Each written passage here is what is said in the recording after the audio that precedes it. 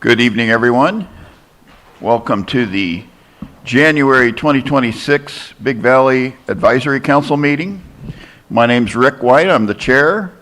To my far left is Sydney Gerberson. Giberson, sorry. She's the vice chair, and to my immediate right or left is Arno Huber, and he is the secretary.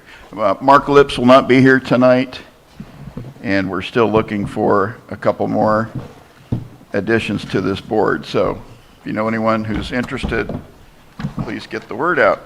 Okay, first order of business is to do a roll call. Not going to take much time with that. I think all three of us are here. We need a motion to approve the January 14th meeting minutes, or correction, the meeting agenda. And do I have a motion from one of the? Motion to approve. A second. And all in favor? Aye. Motion carries. Okay, we also need a motion to approve the December 10th meeting minutes. Motion to approve. Seconded. Okay. Aye. Do we want to summarize what's in those minutes? Anybody? Their copies. Do you have copies over there? Copies over there. Okay. And they'll be posted on the county's website tomorrow morning. Okay. All right. Okay, so for the first portion of the meeting, we have public comments. But before I do that, let me just get everyone onto the same page. What is our purpose up here? The purpose of the Big Valley Area Council is to increase the participation of the Kelseyville area residents in the decision-making process that affects their community, their local plan, and the Lake County General Plan. The B.V.A.C. board will serve as the official local community representative to work with the Lake County Board of Supervisors or other entities and agencies to provide grassroots input, direction, and guidance on issues related to the unincorporated area of the county defined by the Kelseyville Planning Area Map attached to these bylaws as Exhibit A. These include, but are not limited to, matters of public health, safety, welfare, public works, economic development, planning, and land use. Okay. Now, with that said, we will open the floor to anyone who wants to speak for approximately 3 minutes on any subject of concern, provided it's within the jurisdiction of what we just talked about. And we have a mic, right? Do we have any online participants tonight? Any comments? No, none seen. Okay, well, then we'll move right to our district supervisor report, starting with District 5 Supervisor Jessica Peiska.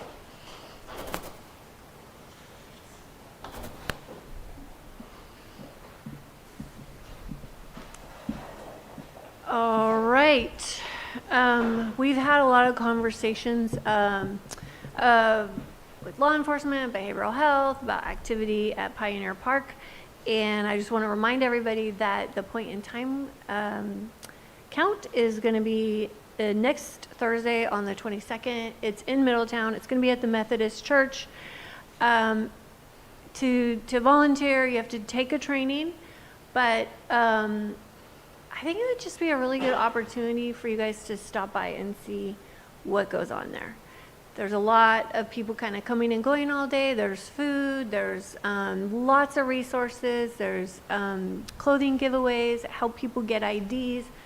It's a really important day. And so just put it on your calendar, stop by the church, check it out. Because when we had our behavioral health folks here, they said that day is like Christmas to the folks that are living on the street. And they are people that have grown up in this community. Kelseyville is their home. The majority of the people, they've been here for a long, long time, probably generations. So these are your friends and neighbors. And it's a really great opportunity to just learn a little bit more. And then maybe next year you want to take the training and participate with surveys. But we're going to have lots of points all around the county. I'm guessing you're going to be in Lakeport, right? probably? Yes. Yeah. I'll be the regional lead for Victoria. Yeah, great. Yeah, I will be kind of in and out, not doing surveys personally this year, but every year I make it a point to be there. It's an important day for the community. There is a new Firewise community. Are you part of it? No, actively Not yet? yet. You are in it. Yes, Because it's I in am. Kelsey Creek Drive. And the Canocti Fire Safe Council, John Knoll is the Firewise coordinator and has been working with the group on Kelsey Creek Drive. And this is very exciting. So if you live out there or know people that live out there, if you need help connecting with kind of who's kind of working there, let me know. Because yesterday, I got my certificate because I'm in a Firewise neighborhood. So that I can give it shows that I'm in the neighborhood, we do the work, and I do get a minor discount off my insurance. And it's a really great way to participate with your neighbors. You all kind of share the load of doing work, identifying hazards, and get to know everybody. So that's a great opportunity. I'm really, really glad to see that. So now there's actually 2 in this area because there's the one kind of up on Mount Canocti coming down, and then now this one. So that's great. And then we had a presentation yesterday about LiDAR derivatives. It's very exciting. So this is a project that I've been working on since 2022. And LiDAR data sets are really important to understanding topography and vegetation and ladder fuels and forest health and watershed health. So what happens when you collect LiDAR data and turn it into a data set is a plane flies over and they collect data and they just fly over in a big grid. And they did this, I think it was 2 years ago. I don't think it was last year. So it's already old, it's a point in time, but there are ways to update it. And we have now integrated this data set on our county GIS. So if you go to county GIS our county GIS website, there's all these different layers that you can look at, and you can look at the LiDAR data set, and especially if you're a large parcel owner, you can understand your fire risk. This is how fire behavior is projected. This is how forest health projects are put together. And you can write a grant or work with your community to get a grant written for a CAL FIRE fire prevention grant or a forest health grant. And the data here is essential for building those grant applications and then getting that work done. So this is really how we put this data in the public's hands. So you as a property owner now have access to all this data. And so you can make much better decisions with your land. You can look around at your neighbors and see if there are potential issues in your neighborhood, in your community. If you want to get involved with the Fire Safe Council or your Firewise community, it's essential. And so this is very expensive data collection. It has been funded by a lot of different partners, USGS, Coastal Conservancy, the Natural Resource Agency. It's been a big project for a long time. And the state made it a priority, and they've just released in December statewide LiDAR data. Every inch of California data sets are available. They're not quite as detailed as they are available to us here in Lake County, because we have some extra derivatives, and there's more derivatives that we still need, so we're going to continue putting this in grants. But I think we've put it in every single grant we've written with NCO through the governor's office of climate, LCI, no, it's the old OPR, Land Use and Climate Innovation. That's what it is, the old OPR. So that's all available. I just encourage everybody to check it out because it's an incredible data set. There are ways to update it in a way, but the first initial data set is a point in time and can sort of be modified. We can track tree mortality, we can track watershed health. One of the things that Chair Rasmussen and I are really interested in is the vegetation in the creeks, because we've been working really hard on this Cold Creek situation with the flooding, which, by the way, it did flood. I know we talked about it last month. We did all that clean out and we did all that vegetation. We did sediment removal and vegetation clean out. It's still flooded, but it was much less flooding than would have happened likely had we not done all that work. And I think it receded fairly quickly too. So that work that happened all through the summer was really, really productive and actually into the fall. We're really glad we did it. We're going to keep doing it. There's a planning grant to look at the natural old flow of Cold Creek versus someone put a straight shot in years ago and there's no record of it. And that's kind of not the best thing for a creek. So we do have that planning grant that we've got awarded and we're working through that. But having these LiDAR data sets are not just great for forest health and fire mitigation, but also for the health of all of our systems. So. Is that available on the county's Yeah, GIS it's on our website? GIS. Is it a separate one, or is it additional layers that have been added? It is a layer. Okay. Well, if you go, on the county GIS, there's all the different Yeah. ways. There's Right. the parcel viewer, Yeah, yeah. and then you can look at the LiDAR. And Okay. yeah, so just start playing around with it. I think you'll have a good time. Yeah, and encourage other people to check it out because it is a great resource.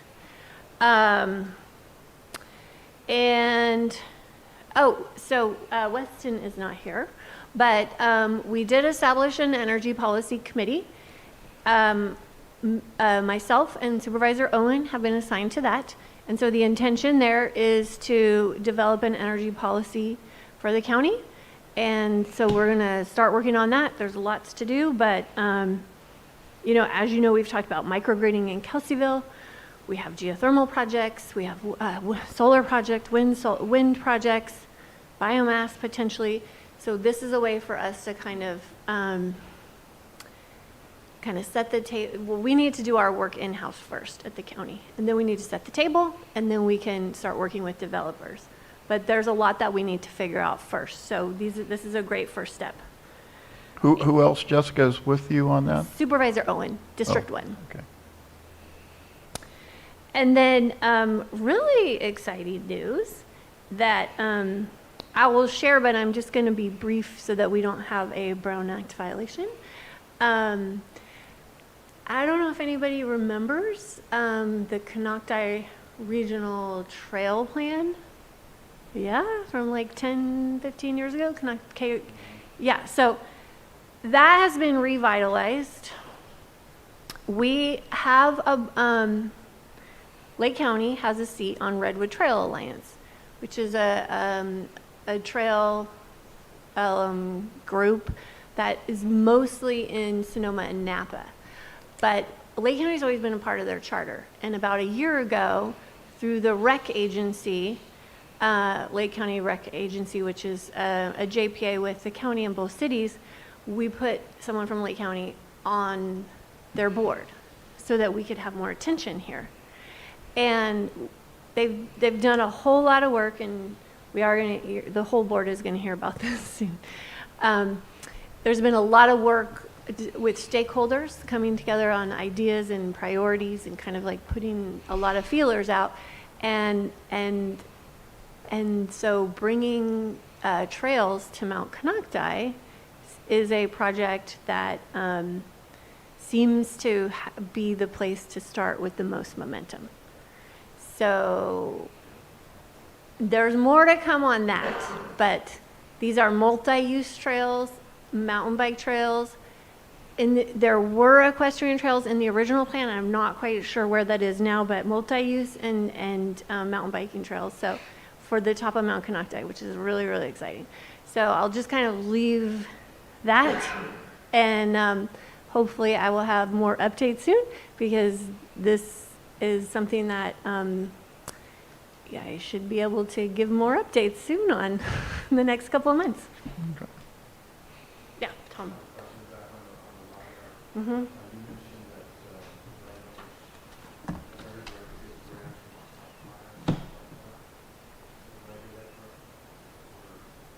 Yeah, I mean, anyone can write a grant. Yeah, I mean, it's best to work with other groups. It's best to work with Fire Safe Council, the RCD, and other groups. Mhm. Any other questions? Thank you, Jessica. And District 4 Supervisor Brad Rasmussen. Good evening, Big Valley Council. The first thing I wanted to mention was the hitch survey counting that's going to be starting up here in March, because the Big Valley area has a lot of involvement with that, with the creeks that run in this Big Valley area, Adobe Creek, Kelsey Creek, Coal Creek. And the county is still recruiting for community science volunteers to help do hitch surveys. So for the benefit of the council and the community, if anyone's interested in doing that, just contact our Water Resources Department, either by email or on the telephone, and request to get on the list to be a community science hitch volunteer. You do have to go through a limited county background. You have to get live scanned and fill out an employment application, because you'd be considered a county volunteer and you're covered by our insurance and workers' comp. It's not really a big deal, but if anyone's interested, contact Water Resources. We are trying to get a few more volunteers. We've got, I believe, 39 locations in the county that we need volunteers at to do the 10-week survey. Takes about an hour a week. I did it last year, to go out to your designated spot, do your survey, and then fill out the little, they have an online app where you put your observations in. And it was very beneficial to the county to have this additional data in conjunction with the data that our Water Resources hitch staff are collecting, along with Fish and Game and the USGS, who are all collecting this hitch data. So it's an important component of the overall project to survey the hitch. And again, that'll start up in March, but call right away if you want to try to get a volunteer slot, because the training will be coming up soon. The next thing I wanted to mention was I was contacted by B.V.A.C member Lips earlier this week regarding some vicious dog activity that was happening in the Big Valley area. And apparently at least 2 dogs had attacked some livestock and injured them. Earlier in the week, our animal control did pick up one of those dogs, and then earlier this afternoon, they did pick up the other outstanding dog in the Finley area. And that dog's been taken into custody. The owner's been served and given his paperwork packet. He does have 5 days to decide if he wants to appeal to the Board of Supervisors. Don't know if that's going to happen, but just wanted to let you guys know that that was a significant animal incident in the Big Valley area. It's been handled by our animal control, and we'll go through the process. There was also a request to have animal control come out, as we have with other department heads, and give you folks a report on kind of what their procedures are, how do they patrol, those kind of things. We've talked minimally and decided that it's probably best to wait to do that until we get the new director on board. Her name's Rachel Smith. We hired her, 2 weeks ago, first January meeting, and she's expected to be here in around the 3rd week of February at this point. But we can arrange to hopefully bring her out and maybe have our interim director come, because she'll be fairly new, for that meeting, and just kind of get her introduced, and you guys can ask some questions. And I'll leave this with the chair on the animals, and maybe you can share that with Mr. Lips as well. The last thing that I wanted to mention in my report tonight, and you guys won't be able to ask us any detailed questions about this because it's not on the agenda, but I just wanted to mention the bylaws for the Big Valley area. And I have provided a copy to the council, so you guys all have copies. You can also go on the county website, under councils and committees, find Big Valley Committee, and the bylaws are also electronically there. I've also got a pile of them here if there's anybody in the public that wants to look at those. But one of the most important things Supervisor Pyska and I have discussed is we feel that you guys need to take a look at these bylaws, and your council needs to decide if they need some modifications. We've been operating now for a couple years, and it's a good time probably to take a look at the bylaws. So what I'm going to suggest that you folks do, you've got your copies, maybe have a homework assignment, have everybody look at these at the next month, make sure it's on the agenda for February, and then you guys can bring back your suggested changes. You can talk as a council. Is that me or, oh, it's over here. I don't know what that is, but you guys could talk as a council, make some some track changes, and then get it back to Supervisor Pyska and I, because we're going to need to review it as well. And then we need to take it to the whole Board of Supervisors. Right.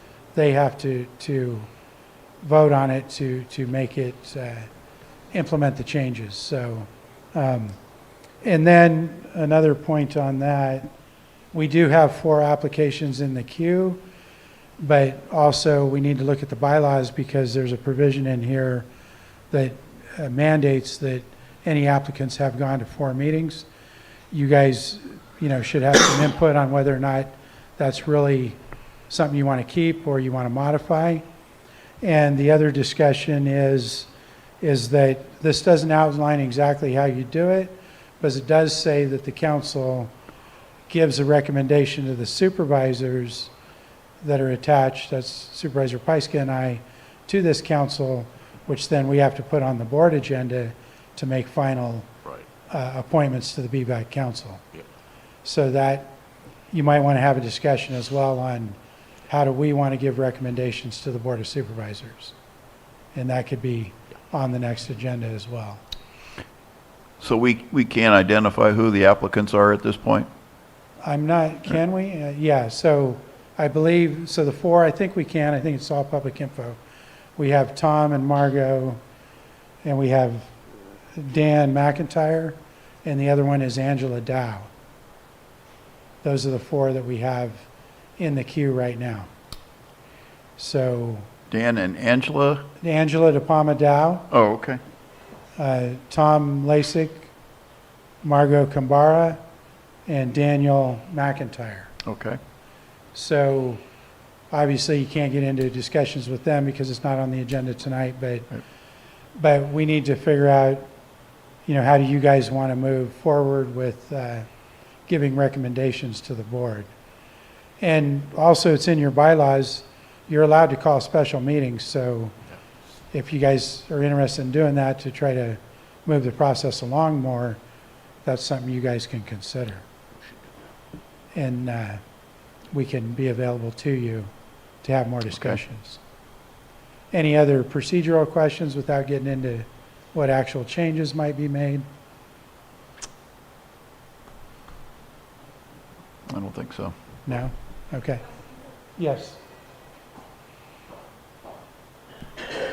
It might be too macro to have it in the bylaws, but at least some reference should be made about the new Brown Act rules about meetings, public meetings, and remote participation to accommodate those with disabilities. So I didn't know what your thoughts on that. Well, my thoughts are we don't generally outline the Brown Act in the bylaws, but when there are Brown Act changes, we do make efforts to get those out to all of our councils and committees. And I believe at some point soon, the Board of Supervisors should be getting an update from our legal counsel on what the 2026 Brown Act changes are. And that will be something that we will make sure that we're pushing out to the committees and councils. And I would say I prefer to keep that separate than the bylaws, because then you have to change the bylaws every time the Brown Act changes. which could happen every year. Yeah, the Article 5, I think, addresses the Brown Act in our bylaws, Yeah, I think just as, that we follow the Brown Act, basically, right. without getting into all the, because the Brown Act itself is, just the summary of it, I think, is 50 pages. Right. So it's very detailed. Any other questions? All right, thank you. Okay, thank you. And Mark Lips is not here today. He was going to be talking about, oh, hang on. I got somebody. So we have, April. April Leiferman. Leiferman. I just- Did Mark, I'm sorry. go ahead, April Leiferman. You're going to be speaking to us about the social media safety and sex trafficking? I am. Okay. So I am April Leiferman, and I moved to Lake County from South Dakota like the day after graduating from college. So I've been here about 40 years now, and I have worked in all of the Lake County schools in the last 40 years.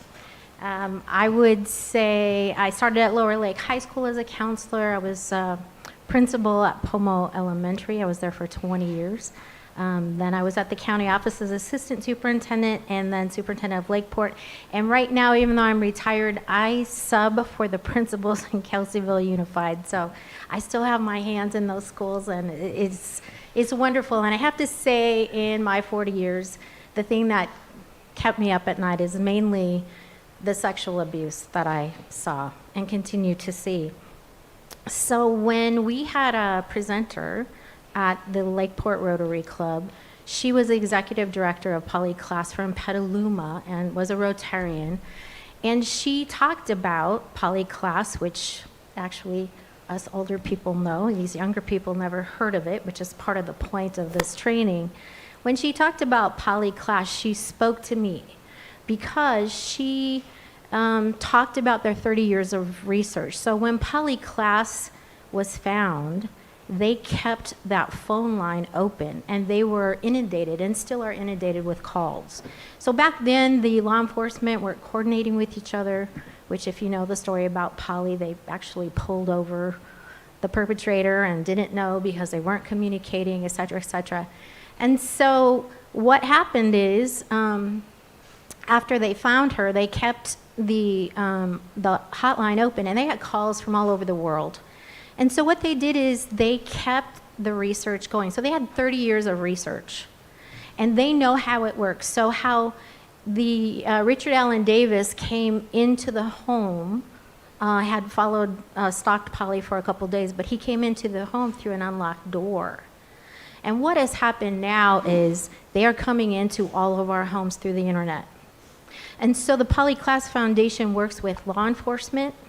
They work with all kinds of organizations. They sit down and do training. They interview the perpetrators. They interview the victims. They interview the families. They interview law enforcement. And they are on top of what happens. And when she really spoke to me, April, as an educator, as someone who is very aware of the horrendous sexual abuse that we have everywhere, when they talked to me is when she described how they have their programs. So they go into all the schools in Sonoma and Marin County. And so first my reaction is like, well, what about our kids? You know, that already made me kind of mad. So they go into all the schools and they're teaching them safety. They're teaching them what's happening. They're teaching them how to be safe. They're teaching them how the perpetrators go after them and what to do if they do. So they're the preventative side. So they know this, and we know this, and Brad knows this. He actually helped me out with some of the local situations that happen here.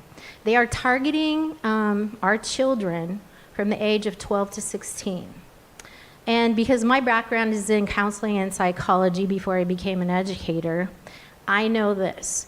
Your brain development, not just those kids who are in middle school right now, all of us, when we were that age, we don't know what we don't know, but we think we know it, right? And so they all think they're safe. So the perpetrators are spending, 12, 24 hours a day. They're online. They're getting into their games, and they're really hitting Roblox. They're really hitting Fortnite. No, that's elementary school. You still have some middle school and high school kids, but they start those games in elementary school. They're pretending they're a friend just a few years older than them. They develop over time this relationship. They search all of their other social medias. They know their dog's name. They know their little brother's school. They know their parents. And they wait for the opportunity to isolate that student who gets in a fight with their mom. Oh, come and talk to me. I'm just going to drive up. So, this girl in Roanoke Park, this is a perfect example, and this has happened here. After a period of time, she's 15, she thinks this person is a 17-year-old boy, and he finds the perfect time to say, oh, I'm your only friend. She hops in the car finally. He takes her to, when she gets in the car, she sees this as an old man. He says, I'm going to kill your dog. I know where your brother goes to the elementary school. Blah, blah, blah. All these things that he knows perfectly about her, just how to trigger her, right? She is a young person, and what these young person believe, and here's where you're talking to me as an educator, because I know this to be true. She thinks, first of all, the worst thing could happen to me is my parents find out. Okay? And the second thing is, well, if my parents do find out, they can solve every problem. Because that's what we think, when we're an early teenager, right? So she's scared. He takes her to Salinas, and for 2 weeks, he traffics her in a motel. And the only reason they found her is these perpetrators teach the kids how to scrub their phones and leave their phone. Now, what teenager do you know doesn't have their phone touching their body, like maybe even at night, right? And they promise them, I'll get you a new phone. There's been promises of, we'll get you a modeling job, right? And your parents won't be mad at you because you'll be making so much money. There's all kinds of ways, but they trick our kids. Now, we all know that there's been many adults who've been online and lost a bunch of money. My neighbor who's 80 years old, her husband died, and she sent all this money to, what she thought was a boyfriend. So these kids are vulnerable. They know it. Also, Snapchat, that you say that, the picture's going to go away. They don't go away. And these predators know 2 things. 1, they make a lot of money. 2, it's their sickness. And they know how, they're tech savvy enough to get into those phones, and they can find anything. Like law enforcement can do that a lot. IT people can do that a lot. Forensic IT people. But they can get in and find those, and they use those phones. So what really stops these kids, actually, we teach them how to protect themselves, because their first line of defense, we call it their social media backpack, safety belt. So the thing is, they listen to adults all day. I'd love to say that every word that comes out of my mouth, or every teacher's mouth, or all parents' mouth, right? They just, sinks in. But the fact is, they're kind of think we're overprotective. Remember back when? They think that we're not really that cool, and we really don't know how it works, when you're teenagers or on, the social media, the apps, right? But who they listen to, and this was the hook for me to go full board ahead for our Lake County students, they listen to the high school kids. I know this to be true. High school kids are cool. They're not overprotective. They know about all this stuff, and we want to be just like them, right? So that's the program that they do. So we joined, the Rotary Club of Lakeport joined with the Rotary Club of Kelseyville and Clear Lake, so we cover all of Lake County schools. We wrote a grant, so we got about $30,000 from Rotary Clubs, and we also got a wonderful donation. So we copied their program, and we have events going in all the high schools for the families. We're targeting the middle schools. And we had wonderful sponsors. Thank you, Jessica. And we had these great raffle prizes, because all of this information isn't very helpful if you don't have them in the seat. So we offer free family dinner. We have all these wonderful raffle prizes. And we have trained the students, and I've been to every training that Poly class gave our high school students. We had 3 Kelseyville High students, the most amazing students in the world, like almost wanted to make me cry. And they got up there, and they were so wonderful. And when I asked my 8th grade grand twins, what did you get out of it? The first thing out of their mouth was, we like listening to the high school kids. Yeah, one's a big football player, and two played soccer. Two of the girls played soccer. It was really wonderful. They listened, they heard, and they started talking about people who'd been in on their games, and that's the whole point.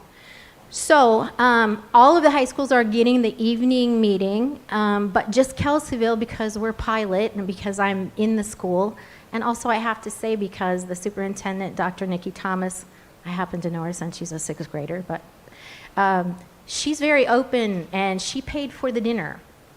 She's paying her media teacher to create this wonderful video. So although we're doing the pilot program with the high school kids talking to the middle school kids, that video is going to be shared with the entire district, all districts in our county. So all middle school kids can see this. And then we're going to work with several organizations to try to continue this year after year. So I wanted to tell you we had our first pilot program, our first meeting at Kelseyville High School. And the Polyclass Foundation all over Sonoma and Marin County feel that they're very successful if they get 50 to 60 people. We had 125 people. And we did a debriefing Zoom the next night with different Rotarians around the lake. And they were like, what did you do? How did you do that? We had free daycare. We had free dinner. We had raffle prizes. And we had everybody, like you could drop a pin listening to these students. And it was a wonderful event. I have people stopping me all over. I have people calling me. You know, they want more information. I have parents saying they had the most wonderful conversations. You know, parents don't even know what to ask. I'm one of them. I'm a grandparent. I don't know how all these games works. I've said to them, I hear that voice on there. Do you know who that is? And so they're teaching them how to be safe and all these things. So we already had the wonderful event, and I wanted to tell you that at Mountain Vista on January 26th and 27th, the last period of the day, and you can come, you can just sign in and be a visitor. From 2:15 to 3 o'clock, they're going to be in the MUR. And so half the school is going to be Monday, and half the school will be Tuesday, and the high school kids are going to be speaking directly to the students. That will also be filmed. The students are going to be interviewed afterwards. We're going to interview some parents, and all of this will be part of this film. But if you can't make it, Tuesday the 27th is going to be in Middletown at Middletown High School. Same thing, start at 5:30 with the dinner, childcare, presentation, door prizes. Wednesday, the 28th, is going to be in Upper Lake. Thursday is going to be in Clear Lake at Obsidian Middle School, and that is going to be presented in English. So all of these are in English. So Friday on the 30th in Clear Lake at Obsidian Middle School, that's going to be in Spanish. So actually the Clear Lake, Canacta Unified area has more Spanish-speaking people. Kelseyville is next. But we're close enough. And so if they really want to come, we've been encouraging everybody to sign up there. You can sign up online. We have posters. We have a QR code. And again, we'll treat them right, and we'll get this out. And we have parents talking to parents, and we think that we can continue to safeguard our children in the years to come. Thank you, April. Anybody have any questions for April? Anybody online? Where can we find so you gave us those dates, that's great, but where can we find them? I have flyers. I have the QR code that I can leave with all of you. Perfect, all right. Yeah. Chair, I don't have a question, but can I make a comment? Yes. Can I tell you that we weren't getting enough information that we wanted to share because we wanted to make it Lake County specific. And so I knew that there was we were having a holiday dinner and Brad was going to be there. I'm like, I'm going to talk to Brad. And I said, hey, Brad, my friend, this is what I need to know. And he just, off the top of his head, 3 situations. And you know, in those situations, they don't even show up in our statistics because they move the kids so fast all around the place so we can't find them. And if they do find them, they're prosecuted in the place that they're found. So our statistics are, you know, pretty high here in Lake County. Yeah, and I was going to comment on that piece. In the last 4 years, 22 through 25, 34 cases of human trafficking, were sent by our law enforcement agencies to the DA for review to request prosecution. So that's 34 cases that law enforcement believed that there was enough evidence for a criminal filing. Now, there's other cases where maybe there's not enough evidence to file, and also we've got confirmed cases that get charged in other counties.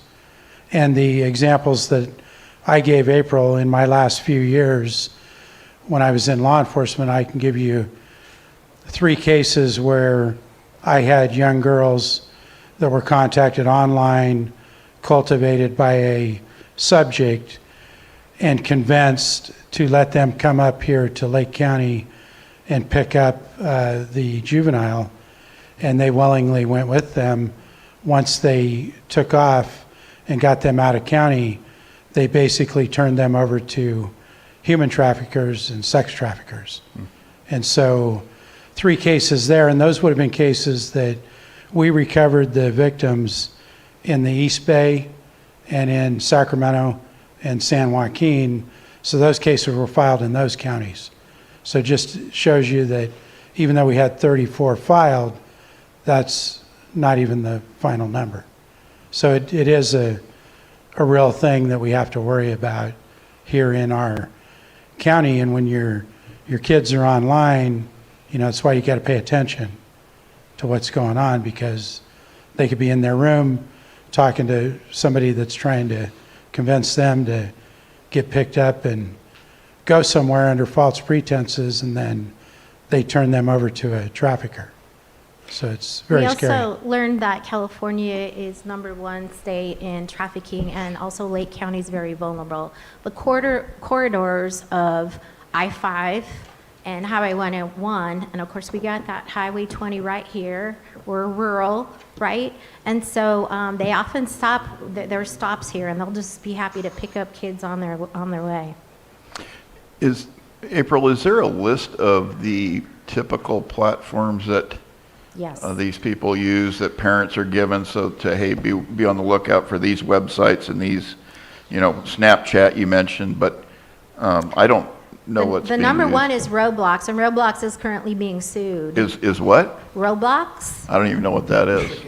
It's a game. They create things on Roblox. And then the second one was Fortnite, which you can ask any kid. They'll if they're not playing it, they will know about it. But they also talk about places like Snapchat, and they will say, have told us that these apps have these agreements and this and that. They don't care. They're making money. Snapchat will tell you it's gone. It's not gone. And what happens? Boys are actually victims of sextortion, talking them into taking pictures more than girls. And what happens is when they get them, it goes on the dark web. They make a whole bunch of money, and there's the pornography. And a lot of people will now track that child down. And so they really talk to the kids about never, ever, ever, ever. They have them repeat that. Do we take a picture? Anybody asking us to do that? So there was another thing to know is in Sonoma County recently, there was a girl and a boy. They were 14, and they were dating and in love, of course. And then they broke up. Imagine that. And the boy was mad that the girl broke up with him and shared a picture. Now, they both shared pictures back and forth, unfortunately, of body parts that shouldn't be shown. Well, the boy was mad, so he shared it with a friend. And then that friend shared it with a friend. They were convicted, and they're convicted sex offenders because you are transmitting electronically pictures, and they don't care if you're 14. So those 2 boys have to live their life. The mom of the girl found out as sex offenders. And so we really want to get that information to all of our kids. Like, we're not playing around with this. This could affect your whole life. Maybe you're not trafficked, but this is another horrible thing to have happen to you. And what about the registered sex offenders that are on Megan's Law that you can find online? Any evidence that they are involved in a lot of this, or no? I don't know, I didn't hear that, but I will tell you that the offenders that they have found and have been, interviewed as part of their research, they can tell you this sophisticated group of people that are financially savvy and how to do this, how to move people around and how to get into those games and groom and also figure out how to pull out pictures and information everywhere they can. So it's dangerous and it's very lucrative business. So how does the rest of the community get involved with this? I mean, many of us don't have kids or, but if they want to make it a community thing, how does that work? Well, so what I am hoping, and we have at Kelseyville High School, I'll just say her name because she won't care. Tanya Winkle is a very popular teacher. In fact, what was interesting is when I was with all the kids doing the training with Poly class, one of the reasons I wanted to do that is because I want to help with training to sustain this program for all of our kids. When they made the kids say, "Who's your trusted adult? Who's your trusted adult?" It can be a parent, it can be a coach, it can be a teacher. It can be your neighbor. It can be, an older sibling. It can be anybody. Who is your trusted adult? And a couple of the kids immediately said this particular teacher. She actually was thinking of quitting her job at one point because this whole sex trafficking speaks to her. It's always been something that speaks to me too as a person. And so we're looking at her continuing to do this and develop this program. We're piloting in Kelseyville, but we want it everywhere in Lake County. Now, there is a law, AB 1227, and that law, education code, is that you're required to teach sex trafficking once in the middle school and once in the high school. So being a principal and a curriculum director, right, I download it, and it's like, it's like 4 pages basically states the law. Okay, so that isn't gonna work. But this is gonna work. We're gonna tell parents what to look for to have those conversations, and then we're really gonna have high school kids talk to the middle school kids, and I really think it's gonna make a difference. So we're hoping that we don't need Poly class. We have resources here. We have Lake Family Resources. So they are the people who go in and when the victims go to the hospital, because they have to have that full body exam, medical exam and report, then Lake Family Resources goes and helps them. And so we're hoping to work with them to get up-to-date information on what's happening. And we are looking for all kinds of sources to keep us up to date because, as you mentioned a little bit earlier, when we're talking about these common platforms, apps, so I've never heard of some of them. People in the audience are, the kids heard of them. But the adults in there are looking around. So we have to keep on top of this all the time. We think we can do that with law enforcement's help and create our own program. So we're hoping that we can do it through the schools, but we're looking for outside help because we do need to have public forums to let everybody know what to look for. And with that, Lake Resource will come out to community groups and give talks on human trafficking. Like, you could get them here if you want. Right, and we're hoping to work with them to do the education part in the schools. Are there any moves to increase the penalties if you're caught doing this type of thing? That's a Brad question. At the I'd state? have to look. I'm not 100% up on what's going on with the laws, but we do have felony laws regulating it. So, but I wouldn't be surprised if there is continuous looking at the legislation for enhancements. More stringent, yeah. Okay. Question in the back? Yeah, Tom Lace, a question. So this year, or mostly this month, you've got the programs around the lake, which sound really great. Is for the subsequent years, is the plan to repeat that same model or a different model, or because kids grow up and new kids come in, right? So Absolutely. And Poly Class Foundation will say, it's time to move to the elementary schools with this conversation. You know, they have phones sometimes in fourth grade. Right. It's time to move that down there. So we want to look at that. We, as a Rotary Club, are going to do like a debriefing and say, we have lots of ideas put together. We want to collaborate with other agencies, but we want to recreate with poly classes. I can tell you, I can promise you that we can recreate this in the schools. I know how to do that. Several people know how to do that. We can do that. But we have to keep on top of the information too. Do we need poly class to do that? Do we need to work with them in some way?